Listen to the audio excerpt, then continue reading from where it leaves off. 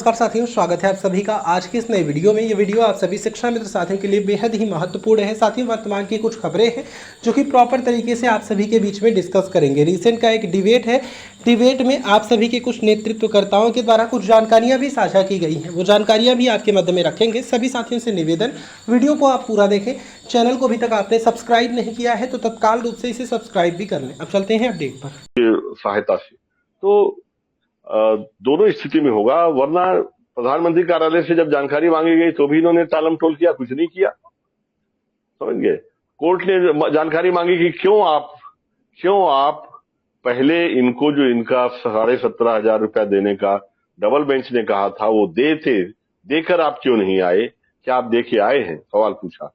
ये सवाल पूछना ही सुप्रीम कोर्ट का बताता है कि इनको पहले 7,500 रुपया साल भर का देना था और बिना दिए आ गए हैं, यानी गलत किया है।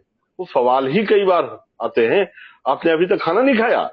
ये अगर पूछता है कोई, इसका मतलब ये होता है कि उम्मीद करता है कि आपको खाना अभी तक मिल गया था, आप खाना खा चुके। तो मेरे कहने का मतलब है, सुप्रीम कोर्ट में इनका केस आईने की तरफ साफ है, इनके साथ अन्याय हुआ है। संदीप भाई जानते हैं इस बात को, फिर भी मैं एक दूसरे तरीके से इसको सामने लाऊंगा। संदीप भाई, आपका ज्ञान व्यापक है, आप विश्व के सारे मामलों में नजर रखते हैं। मुझे कोई ऐसा उदाहरण नहीं दिखाई देता जहां एक सूबे की, मतलब हमारे देश की सबसे बड़ा सूबे की सरकार अपने कर्मचारियों का 20 सालों से ऐसा अभूतपूर्व ऐतिहासिक शोषण कर रही है कि शिक्षा के नाम पे, जिसे सबसे बड़ा महत्वपूर्ण कार्य मानते हैं, उस कार्य पे यह कुशल मजदूरी जो होती है उससे भी कम मजदूरी देके कर रही है। और 3 महीना से ऊपर एग्रीमेंट जो होता है परमानेंट किया जाता है, 20 साल बाद भी उन्हें परमानेंट नहीं करती। जबकि कोई दूसरा कारखाना होता, कुछ होता तो उसके खिलाफ केस हो गया होता। ना पीएफ काटती है, ना पीएफ जमा करती है, ना मेडिकल उनको देती है, ना इंश्योरेंस देती है। आप समझ रहे हैं अंतर्राष्ट्रीय श्रम कानून के कितने बड़े उल्लंघन है। और ये सरकार कर रही है, कोई कंपनी नहीं कर रही है, और 1-2 आदमियों के साथ नहीं कर रही, 1-2 परिवार के साथ नहीं कर रही है, लाखों परिवार के साथ कर रही है।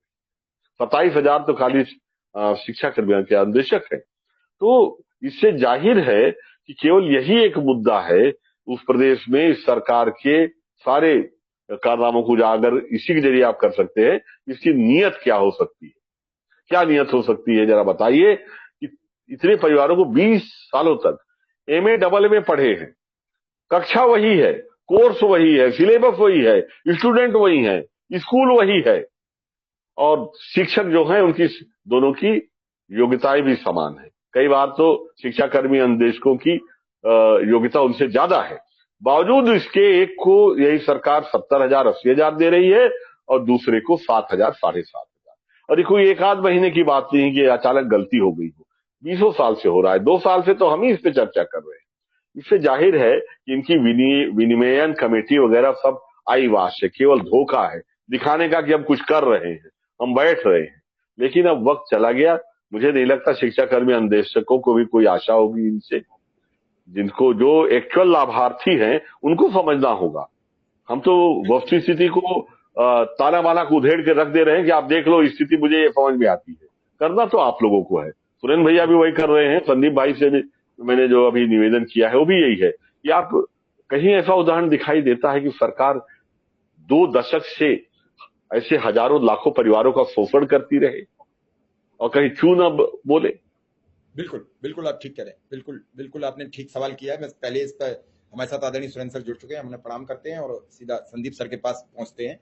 संदीप सर, अभी त्रिपाठी जी ने आपसे सवाल किया है और बहुत गंभीर सवाल है कि आखिर 2,2.5 लाख परिवार हैं, 1,48,500 शिक्षा मित्र हैं, 27,500 अनुदेशक हैं और 75,000 इस गांव का ग्राम प्रहरी है।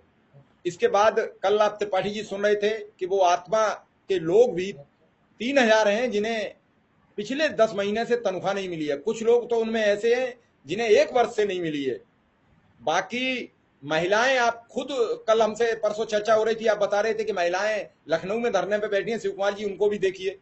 तो ये सब हो क्या रहा है? पूरा प्रदेश चिल्ला रहा है और हम कह रहे हैं कि हमने दुगुना बजट कर लिया है।